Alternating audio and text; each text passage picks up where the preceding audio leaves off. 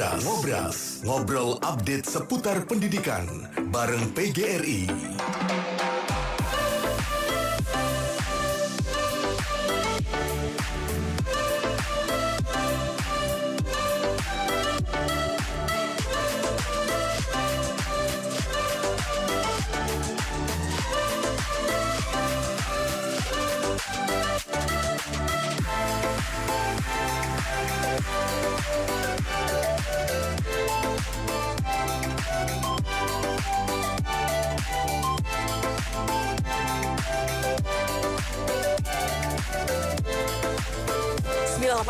FM, Apridio The Mini Station. Selamat siang, Apmini, apa kabar Anda?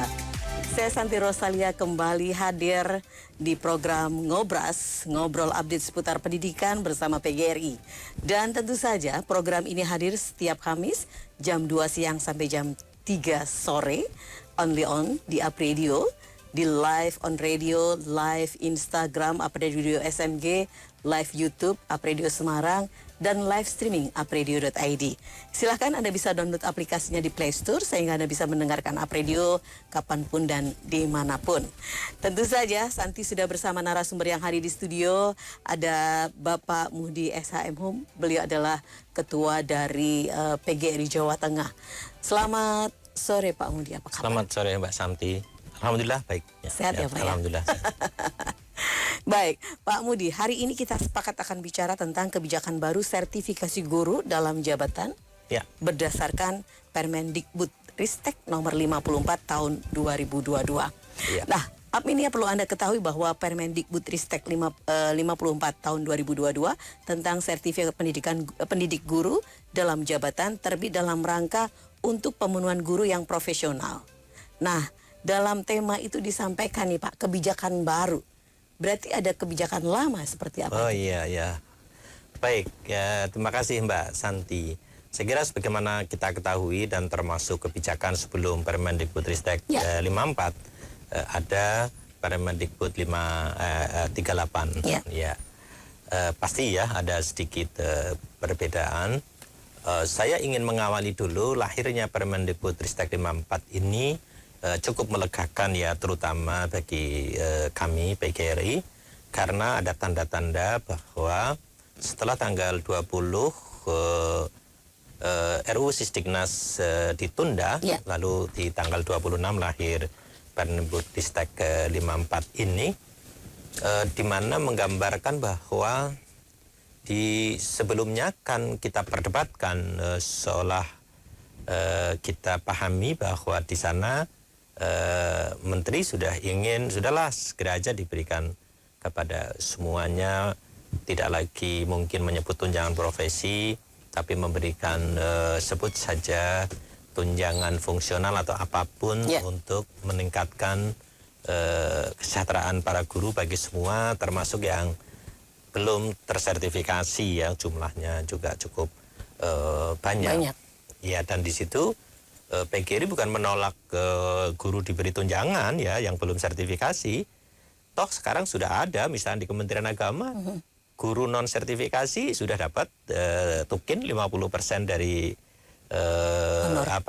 tukin 50% dari tukin yang diberikan kepada non guru. Jadi kalau 3A itu dapatnya 50% dari 2,8 ya 1,4 ya. Kalau sebelum sertifikasi itu kan namanya kesejahteraan kan. Betul. Nanti setelah sertifikasi dia akan mendapat penuh. Sebenarnya kalau itu diberlakukan kepada semuanya selesai juga, baik-baik saja. Itu hanya di Depak ya Pak? Iya, yang itu di Kementerian Agama. Lalu kalau di guru honorer banyak juga kan yang menerapkan, misalkan di Kota Semarang yang memberikan penghasilan yang cukup layak ya dengan tambahan di Jakarta dan sebagainya. Saya kira itu tergantung political will ya, kemauan daripada pemerintah. Tapi lagi-lagi bukan menolak, tetapi jangan menghilangkan tunjangan profesi yang diberikan kepada guru profesional. Oke, lahirnya Permendikbudristek 54 ini menjadi harapan kita, berarti kalau begitu nampaknya pemerintah sepakat dengan kita untuk tidak menghilangkan itu, dengan tetap akan menjalankan sertifikasi. Dan di dalam pasal 2 sertifikasi itu dipahami menjadi berubah dari yang sebelumnya. Kalau sebelumnya sertifikasi bertujuan untuk meningkatkan kompetensi guru, sekarang bertujuan untuk memberikan pengakuan kepada guru dalam jabatan sebagai tenaga profesional. Artinya pengakuan bahwa kamu sudah profesional atau belum. Jadi ada ya makna yang cukup substantif ya di sini. Sehingga lahirlah dalam kebijakan-kebijakan selanjutnya di mana di Permendikbudristek 54 kami bergembira kalau nanti betul-betul dilaksanakan. Di antaranya di sini diatur bahwa guru yang akan disertifikasi yang akan disertifikasi dalam jabatan itu nanti sampai yang diangkat sampai dengan tahun 2025. Ya. Jadi menarik kalau sebelumnya kan 2016 gitu ya, sebelumnya bisa yang ini enggak sekarang ditarik. Artinya ada harapan bahwa guru yang sekarang sudah dan akan diangkat sampai tahun 2025 akan dilakukan sertifikasi guru dalam jabatan. Pertama itu ya. Nah, setelah 2025 bagaimana? Semua guru diangkat harus sudah bersertifikat pendidik, gitu kan. Jadi yang membedakan di sini. Ini yang saya kira menjadi penting ya, krusialnya. Lalu bagaimana untuk mempercepat? Karena ini kan pengakuan. Maka di sini juga diatur di samping tadi bahwa guru dalam jabatan itu yang dimaksud itu adalah yang diangkat sampai tahun 2025 ya. Tadinya kan 16 ya, itu untuk semua ya guru baik yang diangkat atau guru PNS ya, sebut aja ASN yang di bawah Kementerian Pendidikan, Kementerian Agama, maupun guru yang di bawah sekolah-sekolah masyarakat, serta guru di bawah pemerintah yang ada perjanjian kerjanya. Nah, hal yang menarik nanti di dalam pelaksanaan ini, di mana berlaku di dalam pasal 16 itu, dalam pelaksanaannya nanti ada rekognisi. Ya. Apa sebelumnya belum ada? Sudah. Tapi sekarang rekognisinya menjadi sangat luar biasa, di mana bagi mereka yang sudah memiliki sertifikat pendidikan guru penggerak, nanti mereka direkognisi penuh 36 SKS dari kewajibannya. Demikian juga mereka-mereka yang sudah mengikuti sertifikasi tapi belum lulus. Nah, yang tidak juga kalah menarik, bagaimana bagi yang belum masuk ke guru penggerak? Bagaimana bagi guru yang belum mengikuti proses sertifikasi? Mereka juga akan diberikan rekognisi, di mana guru dalam jabatan yang diangkat sampai akhir 2015, mereka akan diberikan pengakuan 24 SKS, berarti sisanya tinggal 12, 12 ya, betul ya, 36, 66 ya, betul ya. Lalu yang diangkat tahun 2016 sampai dengan 2025, kalau 2024 berarti berapa? 12 betul ya, sisanya kan. Lalu yang diangkat 2016 sampai 25 itu guru-guru baru, itu diakui 18, jadi kurangnya 18. Nah, ini kan menjadi cukup ringan, tapi sama-sama mereka akhirnya harus mengikuti uji kompetensi. Jadi itu ada penyesuaiannya begitu ya Pak? Iya, nah ini yang saya lihat ada upaya percepatan ya, karena pengakuan tadi ya. Jadi misalkan pemerintah menganggap sekarang yang sudah mengikuti proses guru penggerak, mereka dianggap sudah setara misalkan dengan 36 SKS, ya sudah, tinggal proses berikutnya saja. Ya, tahap berikutnya. Nah, saya tarik mundur kembali Pak Mody, ini nomenklatur ini menjadi penting ya Pak. Artinya tadi kan ada yang sertifikat guru atau sekarang sudah dalam yang dimaksud guru dalam jabatan itu sendiri, itu menjadi hal yang sangat berpengaruh Pak pada realisasi nanti. Pertama, kalau sertifikasi nomenklaturnya memang ada dua ya. Yang namanya guru sertifikasi guru dalam jabatan, artinya semua guru yang sekarang sudah menjadi guru tapi belum bersertifikat pendidik. Lalu yang kedua, sertifikasi guru prajabatan, yaitu orang yang belum menjadi guru atau sudah tapi belum memenuhi syarat ini, yaitu apakah mereka belum guru tetap, negeri atau swasta, atau belum guru yang memiliki kontrak kerja gitu ya, atau perjanjian kerja, maka masuk kategori itu nomenklaturnya. Ya. Tapi yang nampaknya beda adalah pada saat berbicara tujuan.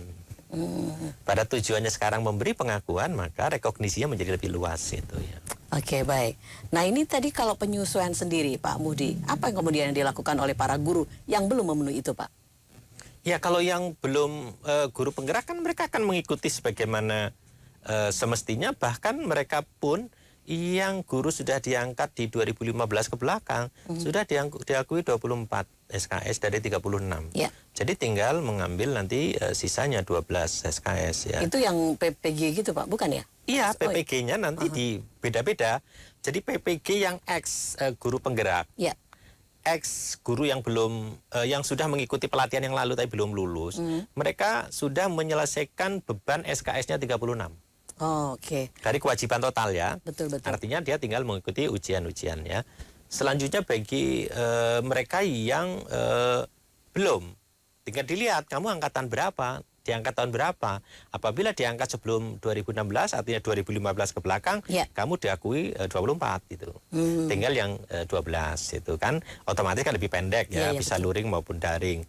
Lalu saya diangkat guru baru itu, maka mereka akan diberikan pengakuan sebesar 18 itu ya, sehingga dia masih harus menjalankan 18 itu. Nah ini Pak, kalau di Jawa Tengah sendiri Pak, seperti apa kondisinya Pak? Dan realitas yang harus dientaskan itu masih banyak? Ya, saya belum punya data khusus ya, berapa guru yang belum sertifikasi tetapi sudah memiliki sertifikat guru penggerak. Ya, Pak, ini memang peraturan baru, saya kira perlu memahami ya semua ini, sehingga bagi orang yang sudah jadi guru penggerak, silahkan kan tinggal mendaftar mengikuti proses seleksi, kan tetap ada seleksi ya, seleksi administrasi terutama bagi mereka, dan nanti pemerintah akan tetap menentukan kuotanya. Saya memperkirakan kalau mereka ingin menyelesaikan sampai tahun 2005, berarti sekarang kita masih ada 3 tahun gitu ya, maka ini menjadi dahsyat ya. Kalau benar kata Menteri ada 1,6 juta, maka berarti kalau dibagi 3 kurang lebih kan per tahun sekitar 550-an ribu ya. Dan apakah itu mungkin? Ya, menjadi mungkin kalau ternyata guru penggeraknya sudah banyak gitu ya. Kalau yang belum lulus juga banyak, tinggal sisanya juga akan semakin ringan, tidak harus 36 SKS. Dan syarat apa Pak yang harus dipenuhi untuk masuk dalam program profesi guru itu Pak?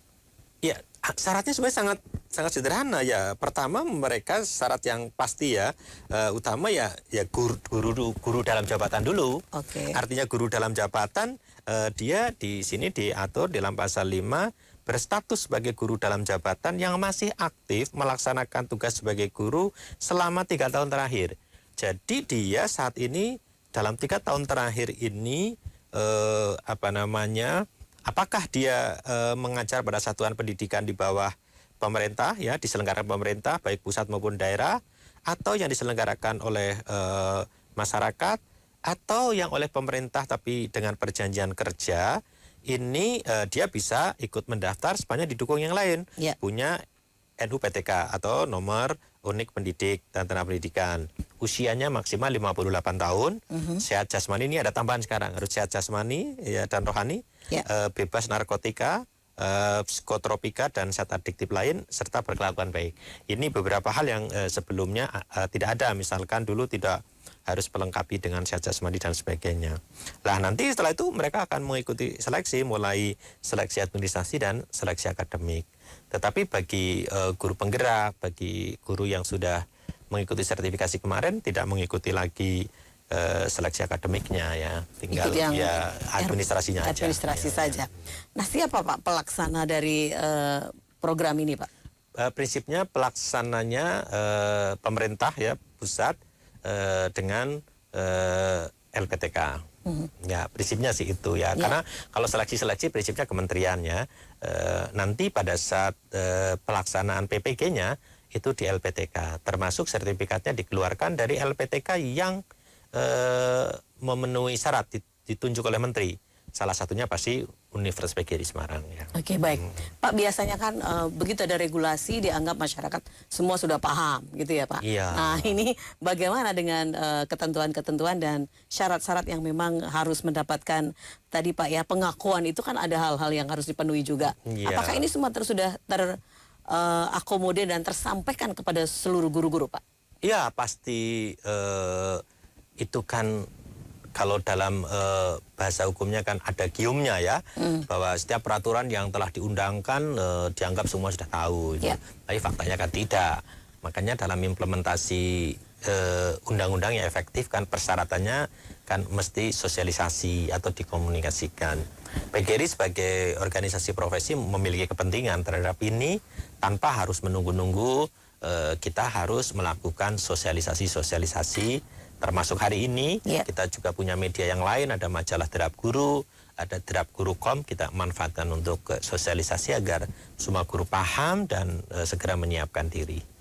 Oke, baik Pak Mudi, ini kita sudah ada yang menghubungi di WhatsApp dan Anda yang mau bergabung silahkan bisa akses nomor WhatsApp kami di 0878 333 400 atau chat langsung ya, karena siaran ini selain bisa Anda simak lewat radio dan live streaming kami di apridio.id, Anda juga bisa menyaksikan langsung di Instagram Live Apridio SMG dan YouTube Live Apridio Semarang. Baik, kita ketemu dengan Nurdin. Nurdin ada di Semarang saja. Selamat siang Apridio, selamat siang juga untuk PGRI.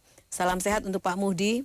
Saya selalu menonton ini karena rindu dengan Pak Mudi. Terima kasih, mungkin Mas fansnya Nurdin. Pak Mudi ya, Mas Nurdin ya. Pertanyaan saya begini Pak.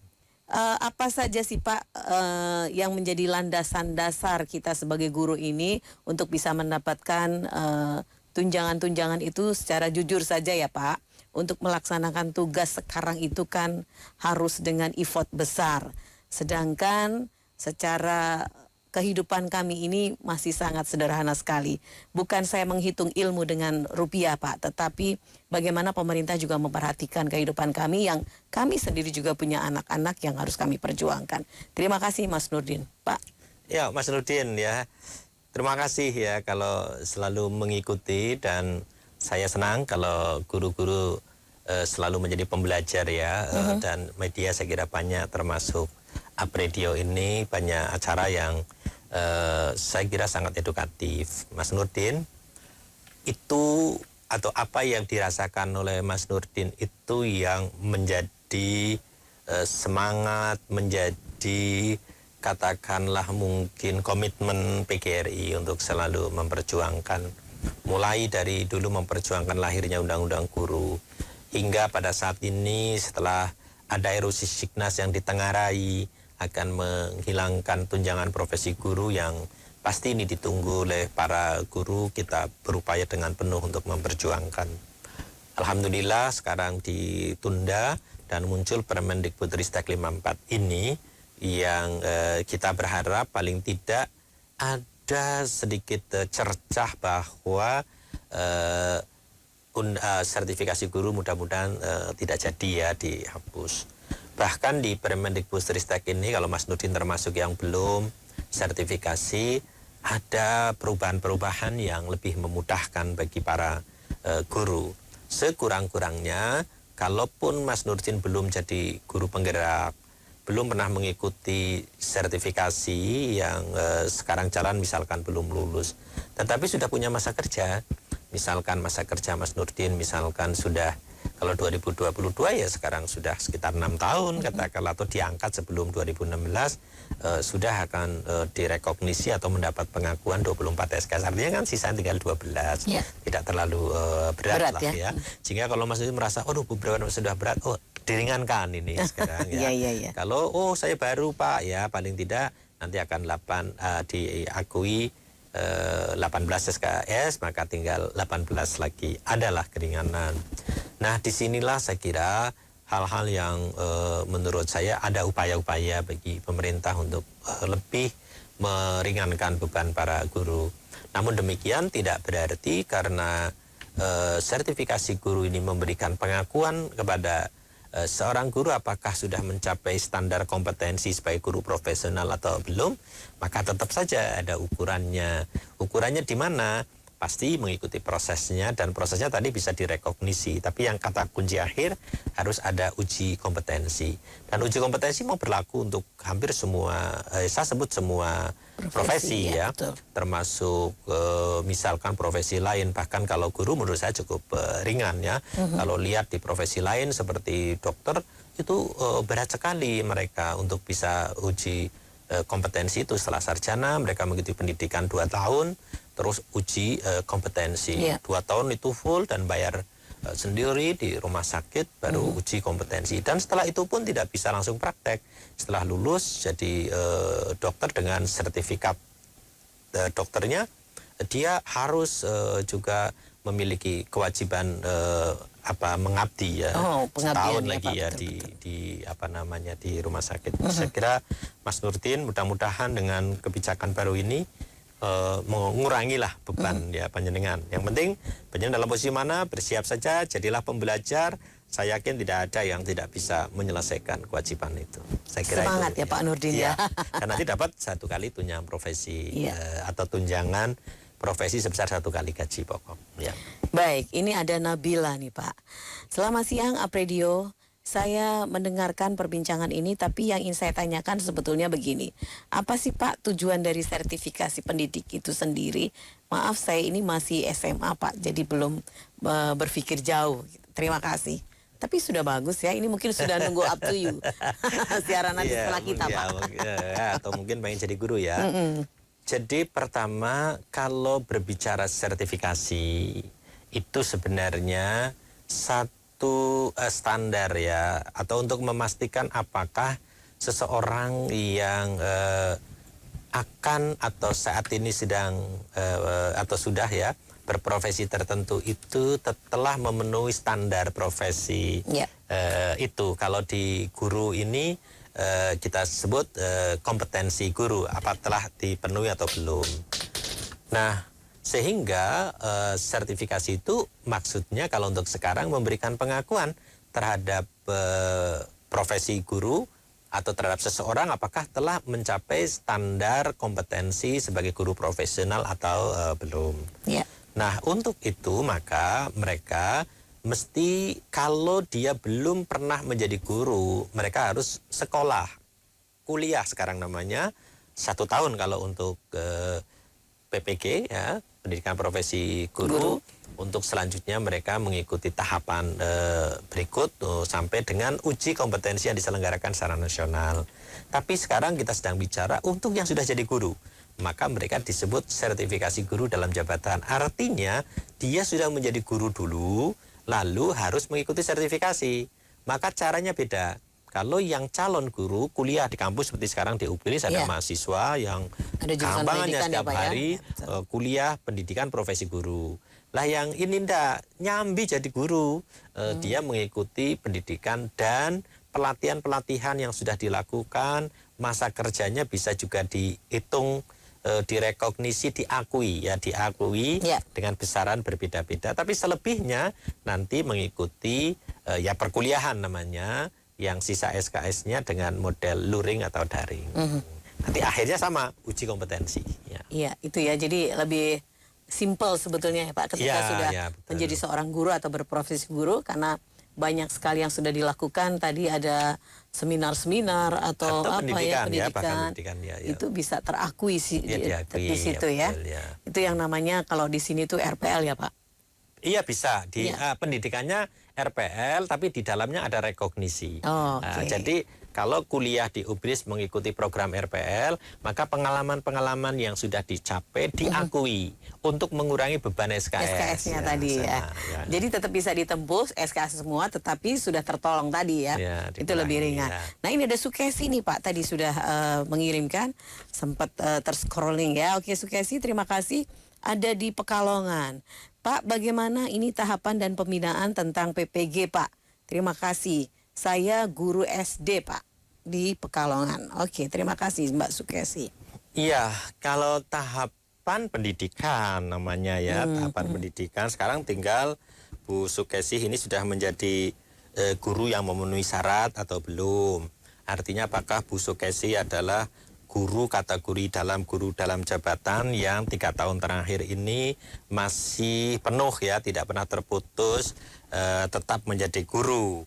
Lalu punya NUPTK, masih usianya di bawah 58, sehat jasmani, bebas narkotika dan berkelakuan baik, maka Bapak Ibu pasti harus mengikuti proses seleksi, ya mendaftar lah katakanlah, nanti diseleksi, nanti syarat administrasinya apakah Ibu, karena syarat yang lain tetap ya, seperti memiliki di samping sebagai guru tadi ya, ijazah S1-nya dicek gitu ya, lalu apakah punya NUPTK tidak, ini juga dicek, lalu Ibu juga tadi yang sehat jasmani dan sebagainya. Nah, kalau Ibu sudah mendaftar, nanti Bapak Ibu akan diseleksi mulai administrasinya, juga seleksi akademik. Tapi Bapak Ibu kalau sudah memenuhi syarat administrasi, lalu Ibu kebetulan sudah jadi guru penggerak, berarti nanti seleksi akademiknya sudah tidak perlu dilakukan. Misalkan itu. Nah, kalau belum berarti ada seleksi akademik. Lalu Ibu nanti akan diumumkan hasilnya. Setelah hasilnya diumumkan, maka Ibu akan mengikuti proses pendidikan profesi. Nah, seperti apa pendidikan profesi guru akan dilakukan? Ya, prinsipnya sebagaimana orang kuliah, hanya ini bisa daring, bisa luring. Yang bebannya 36 SKS itu, mata kuliahnya pasti bermacam-macam. Dan Ibu nanti tinggal kategori yang mana, apakah masih harus 36 SKS penuh atau tidak. Mestinya tidak, karena ini guru dalam jabatan, sekurang-kurangnya hanya menempuh 18 SKS. Di dalam perkuliahan itu nanti juga ada praktek pengelapan lapangan, kecuali juga Ibu akan dikecualikan kalau guru penggerak misalkan, dan pernah mengikuti sertifikasi tidak perlu lagi, tinggal mengikuti terakhir itu uji kompetensi. Oke. Jadi sebetulnya sudah ada modal ya Pak, kalau dia sudah jadi guru ya? Oh iya, betul, itu, sudah ada modal, betul. Oke. Baik, nah ini tadi disampaikan seleksi Pak, ada yang gagal Pak di administrasi gitu? Oh iya, pasti ada kemungkinan, misalkan sebut saja dia S1-nya oke, NUPTK-nya oke, tapi ternyata dia bukan guru negeri, bukan guru tetap swasta, guru sebut saja guru tidak tetap, tidak punya kontrak, ya nggak bisa. Kan ternyata di Jawa Tengah ini ada pemerintah daerah yang berani ya memberikan itu, ada yang tidak. Pasti yang berani berarti dia bisa, atau sudah memenuhi semua itu, ternyata nanti disuruh cek tidak sehat jasmani dan rohani. Berarti kan harus tes nanti tes kesehatan ya. Atau mungkin dia ternyata terbukti mengindap atau pengguna narkotik atau apa. Ini juga menimbulkan orang dari sisi administrasi enggak. Nah, kalau belum guru penggerak dan sebagainya, ada seleksi akademik ya, tes ya nasional nanti ya dengan computer based. Nah, lulus apa enggak? Kalau enggak lulus ya berarti ngikuti nanti waktu yang akan datang. Jadi proses seleksinya seperti itu. Ada kesempatan berapa kali Pak? Atau masih terus sampai dia berhasil? Bisa terus, di sini tidak dibatasi secara khusus. Sebelum 58 tahun? Iya, bisa mengikuti. Jadi masa usia itu membuat teman-teman tidak patah arang ya Pak ya? Betul. Dan pasti kalau masuk sekali, 2 kali insya Allah semuanya akan baik aja. Baik. Nah, Pak Mudi, ini pertanyaan bagus nih dari Pak Sukardi. Selamat sore, my gurus. Wah, ini berarti Pak Mudi ya. Selamat sore juga Mbak Santi, salam sehat selalu.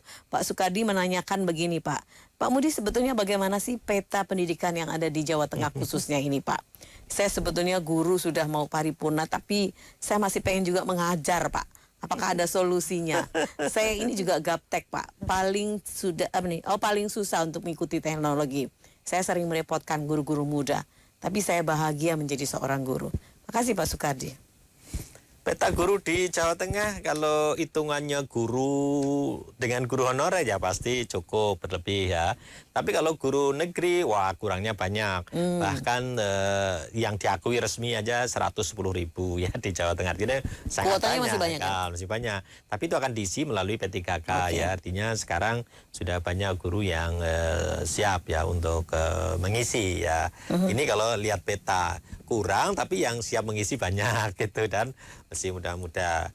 Nah kalau gaptek, waduh ini sebenarnya panjenengan kalau sudah pensiun yang ngisi. Karena memang guru ke depan ini dituntut familiar terhadap teknologi. Paling tidak semuanya kemarin sudah merasakan bagaimana di era pandemi ya mereka harus melakukan pembelajaran dengan teknologi, dengan daring. Lupa apa ke depan akan daring terus? Oh tidak. Tetapi apa-apa yang dilakukan di proses pandemi itu banyak yang memang harus dilakukan di masa ke depan. Artinya pembelajaran tidak harus konvensional sebagaimana dulu. Ke depan anak-anak tidak lagi harus dengan cara-cara pembelajaran yang konvensional, yang setiap hari harus mencatat dan sebagainya. Karena sekarang lebih untuk yang ilmu lah, pengetahuan lebih banyak bisa memanfaatkan dengan teknologi. Nah, ini masalahnya guru sekarang harus familiar terhadap teknologi. Saya sampai yang paling rendah TK saya sering guyon ya kepada guru-guru TK. Ya nggak harus lah mengenalkan binatang harus ke kebun binatang zaman sekarang gitu ya. Bisa menghadirkan binatang itu di ruang kelas itu ya. Itu media pembelajarannya lewat itu ya Pak ya. Iya, dan bahkan bisa sangat beragam. Sejak TK pun dia bisa semakin mengenal mana binatang buas, mana tidak buas, macam-macamnya, namanya dan sebagainya. Itu kan juga menggunakan teknologi baik untuk mendapatkannya maupun untuk mengajarkannya. Demikian juga tidak lagi semuanya mesti harus pada hari itu juga mendapat bahan. Sekarang anak-anak sudah bisa diberi petunjuk oleh gurunya bahan-bahan yang mesti mereka pelajari yang semuanya bisa mengambil di media internet sebut saja yang sangat serba di mana. Karena memang sekarang kalau guru mau melawan kecanggihan teknologi nggak bisa pintar teknologinya gitu ya. Tapi mungkin Bapak itu memiliki yang mendidiknya ya, yang ini yang saya kira penting ya. Mendidiknya sebenarnya masih sangat diperlukan karena nggak tergantikan oleh teknologi itu mungkin Bapak juga punya. Walaupun mendidik anak sekarang juga tidak bisa konvensional seperti dulu. Mendidik karakter juga bisa difasilitasi oleh teknologi. Tapi sama-sama arahnya. Hanya harus difasilitasi oleh guru juga. Kalau nggak ada guru pendidikan tidak bisa nyampai karena itu menyangkut berbagai hal tentang nilai-nilai, tentang sikap perilaku yang harus bisa dirasakan oleh anak itu sendiri. Jadi Pak Nardi kalau petanya seperti itu, kalau Pak Nardi tetap ingin menjadi guru, Pak Nardi menjadi guru tidak harus di sekolah formal kan, semuanya masih mungkin mari jiwa guru seperti saya dimanapun tetap mengajar. Pak ini juga lagi ngajar ini saya lewat online loh ini Pak. Bagaimana mensosialisasikan ya, mengajak juga untuk bersama-sama melakukan hal yang terbaik. Itu Pak Sunardi. Ya Pak Nadine, termasuk besok ini mungkin juga para pendengar kami akan mengedukasi guru, kepala sekolah atau memberikan literasi hukum kepada guru. Nanti targetnya kita bisa 100.000 guru di Jawa Tengah ya. Kami akan bekerja keras untuk itu karena apa? Kami ingin semua guru paham tentang hukum. Saya ingin ingin guru dan kepala sekolah tahu apa yang boleh dan tidak boleh dilakukan oleh seorang guru.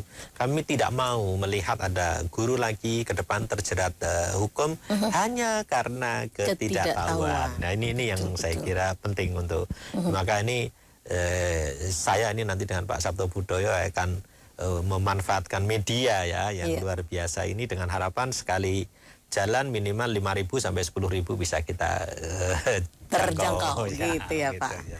Jadi targetnya 100.000 ya Pak? Iya, targetnya tetap 100 karena nanti minimal linknya kita buka 5.000 per tahap ya. Tapi kan ada streamingnya ya, ada videonya yang bisa diikuti oleh semua. Kami ingin semua guru mengetahui mengenai hukum itu secara umum maupun secara khusus bagi guru yang mereka harus tahu sehingga mereka tidak boleh terjerat hukum ya. Ya, baik Pak Mudi, sayang sekali ini Pak. Tapi itu semua dilakukan oleh PGRI, diantaranya bagaimana mendorong pemenuhan guru yang profesional begitu ya Pak ya? Iya betul Ya. ya. Baik, dan ini menjelang ulang tahun PGRI juga ya Pak ya? Iya betul. Nanti di tanggal 3 Desember itu ya. yang nanti dipaskan dengan Hari Guru. Kalau Hari Gurunya 25 November, tapi puncak peringkatan secara nasional kebetulan dilaksanakan di Semarang, di Jawa Tengah. Presiden selalu akan hadir tanggal 3. Ya. Kita semua akan memperingati tanggal 25 ya, tapi untuk puncak peringatannya, puncak jadi rangkaian ya. Kami juga merangkaikan banyak ya kegiatan, termasuk kami sekarang sedang melatih juga para guru agar mampu menjadi seorang kreator konten ya, karena ini keliling juga di kabupaten-kabupaten, kita kerjasama dengan PPTIK. Kami juga melatih guru untuk menulis. Kami juga akan mensosialisasikan tentang hukum itu, dan besok kami akan di SMA Taruna Nusantara besok akan mengukuhkan pengurus baru forum guru literasi. Jadi kita dorong terus untuk menjadi guru-guru yang profesional ya, dan termasuk besok di hari Sabtu ya saya ke SMA Taruna Nusantara. Di sana nanti guru-guru yang suka menulis ya, yang suka membaca juga ya, guru-guru literasi ini ya, yang berkumpul se-Jawa Tengah akan kita kukuhkan kembali atau dikukuhkan sebagai pengurus Forum Guru Literasi PGRI Jawa Tengah. Wah, ini memang harus selalu digerakkan, dan ini menjadi motor yang luar biasa dari PGRI ini ya Pak ya? Iya betul ya. Jaga kesehatan Pak, karena keliling terus ini Pak Mudi ya. Ya, karena besok dari Sabtu langsung Surabaya ya. Iya benar-benar ya. Baik, sayang sekali Apminia, kita mestinya ngobrol terus dengan Bapak, tapi waktu kita hanya 1 jam. Next, hari Kamis mendatang kita akan ketemu lagi, dan Anda para guru juga bisa, ini menjadi sebuah forum Anda diskusi ya. Ketemu langsung dengan Ketua PGRI Jawa Tengah, dan kita juga akan menghadirkan narasumber-narasumber yang lain yang untuk bisa membuat kita tambah melek segala informasinya, dan juga knowledge yang ada bisa kita dapatkan. Baik, Pak Mudi, terima kasih sekali lagi. Sama-sama Mbak Santi. Sukses selalu ya Pak ya. Ya, sampai ketemu lagi insya Allah Kamis depan. Ya baik, terima kasih, Santi pamit. Terima kasih juga untuk Anda yang sudah bergabung. Saya mengucapkan selamat sore dan jaga kesehatan ya. Sampai jumpa, sukses untuk Anda dari Apredio. Assalamualaikum warahmatullahi wabarakatuh. Telah kita ikuti Ngobrol update seputar pendidikan bareng PGRI. Sampai jumpa.